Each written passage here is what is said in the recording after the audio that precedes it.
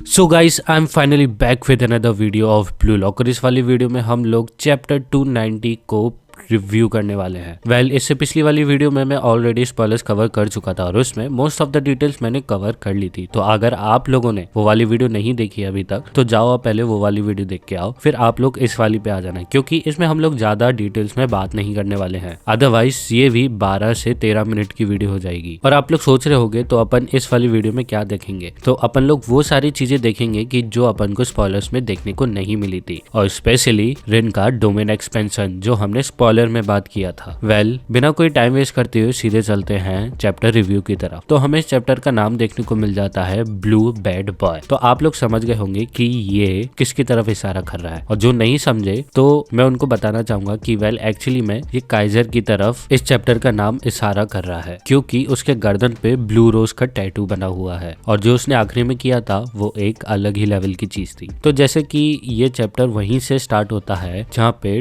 289 वाला चैप्टर खत्म हुआ था, जिधर इसागी से रिन बॉल कलेक्ट कर लेता है एंड वो बॉल डिफ्लेक्ट होके सीधे जाती है चार्ल्स के पास, जो कि पीएक्सजी को मदद करता है एक काउंटर अटैक बनाने के लिए। लेकिन वहीं दूसरी तरफ इसागी सोच रहा होता है कि आखिरकार कैसे रिन ने उनका कॉम्बिनेशन रोक दिया, जबकि वो कॉम्बिनेशन उन्होंने आंखों ही आंखों में देख के बात करके बना लिया था कि ये बॉल किधर आने वाली है, और वही चीज रिन ने समहाउ रीड कर ली। तभी हमें इसागी के साइड में से दौड़ते हुए देखने को मिलता है रिन, जो कि ये बताता है कि वो उससे 4 मीटर के दायरे के अंदर ही रहेगा, ताकि से वो अपनी फिजिकल पावर को यूज करके इसागी को डिफीट कर पाए। और 4 मीटर बोले तो 4 यार्ड। तभी हमें इसागी एंड रिन के बीच में भिड़ंत देखने को मिलती है, जिधर इसागी क्लियरली ये सोच पा रहा था कि अगर ऐसा ही चलता रहा तो एक टाइम ऐसा आएगा कि काइजर एंड इसागी के बीच की जो कनेक्टिविटी है या फिर जो केमिस्ट्री है वो पूरी डिस्ट्रॉय हो जाएगी। और अगर ये चीज मुमकिन हुई तो जो बास्टर्ड म्यूनिच है, जो कि अभी अभी न्यूली बॉर्न हुई है और उसके सारे प्लेयर्स इतने अच्छा खेल रहे हैं, वो भी सब कुछ डिस्ट्रॉय हो जाएगा और उनकी टीम हार जाएगी। तो रिन की ये वाली चुनौती ना इसागी एक्सेप्ट कर लेता है, और ये चीज देख के रिन काफी ज्यादा एक्साइटेड हो जाता है एंड वो मन ही मन बोलता है कि मैं यहाँ पे इसागी के ड्रीम्स, उसकी फ्रीडम, उसकी जितनी भी प्रीशियस थिंग्स है वो सारी की सारी डिस्ट्रॉय करके रख दूंगा। तभी हमें जमीन में से एक आंख देखने को मिलती है एंड हमें देखने को मिलता है रिन का डोमेन एक्सपेंशन, और यू कैन से उसके ईगो का एक अदर फॉर्म। ये वाला पेज देख के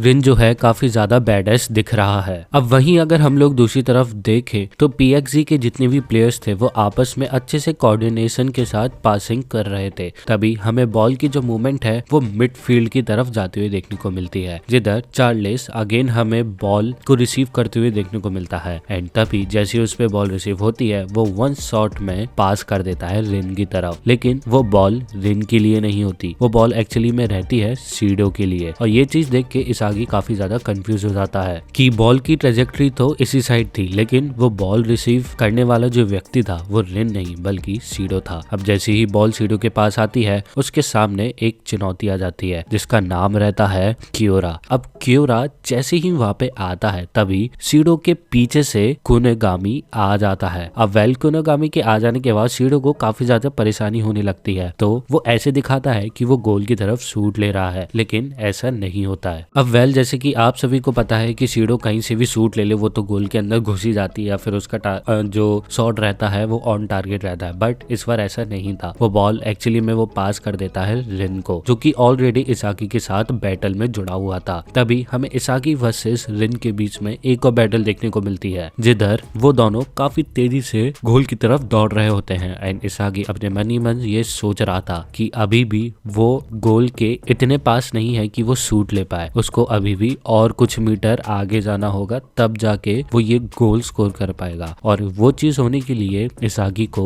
कैसे ना तो कैसे करके उसको रोकना है। तभी हमें आगे पता लगता है कि रिन एक जो सैक्रिफिशियल पॉन का रोल अदा कर रहा था वो कई बार कर सकता है, क्योंकि वो कभी भी डिस्पोज नहीं हो सकता है। तभी हमें रिन एंड इसागी के बगल से सीडो एंड क्योरा दौड़ते हुए देखने को मिलते हैं, जो सीडो रहता है वो रिन से बॉल पास मांग रहा होता है, बट इसागी एंड रिन को ये बात पता थी कि वो बॉल उसको पास नहीं करेगा। एंड तभी हमें एक और बंदे का इंटरफेरेंस देखने को मिलता है एंड जो कि रहता है नन अदर देन काइजर। अब काइजर काफी तेजी से डायगनली रिन एंड इसागी की तरफ दौड़ रहा होता है। अब यहाँ पे चाहता तो रिन इजीली सीडो को बॉल पास कर सकता था, लेकिन वो अपने ईगो के चक्कर में इसागी से भिड़ता रह जाता है क्योंकि उसने ठान ली थी कि वो इसागी के अंदर सब जो कुछ भी है वो सब कुछ तबाह करके रख देगा। तभी इसागी अपने मेटाविजन को यूज करके रिन के क्रैश शॉट का जो पॉइंट है वो पता कर लेता है एंड उसको पता था कि उस पॉइंट पे एक ऐसा मोमेंट आएगा जिस पे फाइनल डिसीजन हमें देखने को मिल सकता है कि वो रिन जीतेगा या फिर इसागी। लेकिन तभी काइजर वहां पे आ जाता है और ये चीज देख के इसागी काफी ज्यादा शॉक हो जाता है क्योंकि उसको ऐसा लग रहा था कि यहाँ पे वो खुद को सैक्रिफाइस करेगा, बट ऐसा नहीं होता है, बल्कि रिन इसागी को पीछे छोड़ देता है एंड रिन अपने डोमेन एक्सप्रेशन को आगे लेते हुए आता है एंड वो काइजर से भिड़ जाता है। अब यहाँ पे रिन का ये मोटिव था कि वो इसागी को तो वैसे भी डिफीट कर पा रहा था फिजिकल बैटल में, तो वो ये भी सोच रहा था कि अगर उसने काइजर को भी टक्कर दे दी और उसको हरा दिया तो ये गोल का जो पाथ है वो कम्प्लीटली क्लियर हो जाएगा एंड फिर सिर्फ बचेंगे गोलकीपर और इतोशी रिन, वो भी आमने सामने। बट ऐसा नहीं होता है। अब जैसे ही रिन काइजर के साथ टकराता है तभी काइजर बोलता है कि अगर हम लोग फिजिकल कांटेक्ट की बात करें तो मैं जब से बच्चा था मैं उसी टाइम से इस चीज का स्पेशल कोर्स कर रहा था, तो उन दोनों के बीच में हमें टकराव तो देखने को मिलता है, बट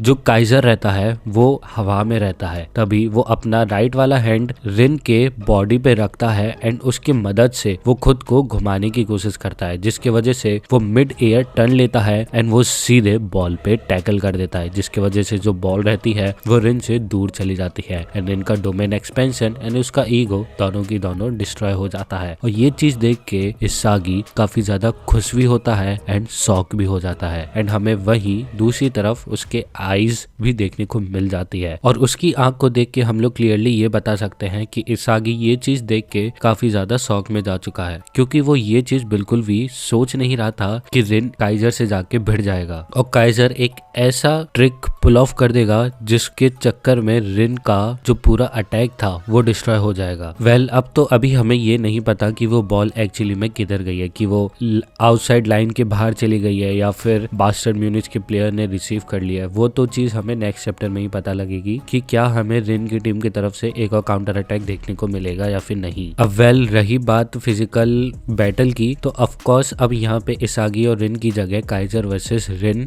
होना ही है, क्योंकि अगर वो इसागी पे लगा रहा तो रिन हमेशा जीतता रहेगा। तो यहाँ पे उन दोनों को पोजीशन स्विच करनी पड़ेगी और अगर ऐसा होता है तो मुझे नहीं लगता कि रिन काइजर को हरा पाएगा, जिसके वजह से यहाँ पे फिर से चांस बन जाता है कि बास्टर्ड म्यूनिच ये मैच जीत के ले जाए। रिन के डोमेन एक्सपेंशन को देखने के बाद मैं ये भी चाह रहा हूँ कि हमें काइजर का भी एक डोमेन एक्सपेंशन देखने को मिले। मैं बार बार डोमेन एक्सपेंशन का नाम तो ले रहा हूँ, बट आप लोग ये मत समझना कि जुजुत्सु काइसन की एबिलिटी इन लोगों के पास आ गई है। एक्चुअली में ये जो पैनल में जो चीज दिखाई गई है ना रिन के पीछे, वो एक्चुअली में उसका ऑरा बता रही है कि वो उस टाइम पे कैसे रिएक्ट कर रहा है। वो आंख जो है वो ये रिप्रेजेंट कर रही है कि वो इसागी को कभी भी अपने साइड से जाने नहीं देगा, बोले तो 4 मीटर से ज्यादा दूर। और उसका जो हाथ और जो पूरा पंजा दिखाई दे रही है उंगलियों के साथ, वो उसके लिए है ताकि से वो इसागी का जितना भी ईगो, उसके थॉट्स, उसके ड्रीम और उसका जो फ्रीडम है वो सारे क्रश करने के लिए है। यहाँ पे तो बाजी मार जाता है काइजर। और आपको क्या लगता है कि क्या हमें नेक्स्ट चैप्टर में ये मैच खत्म होते हुए देखने को मिल सकता है या फिर नहीं? और वैसे भी मैंने तो उम्मीद छोड़ दी है कि ये इतनी जल्दी मैच खत्म होने से रहा, और अगर हो भी जाता है तो भी अच्छी बात है और नहीं होता तो भी अच्छी बात है। आपको क्या लगता है मुझे कमेंट सेक्शन में जरूर बताना। तो अगर आप सभी को ये वीडियो पसंद आई हो तो लाइक और सब्सक्राइब करना मत भूलना।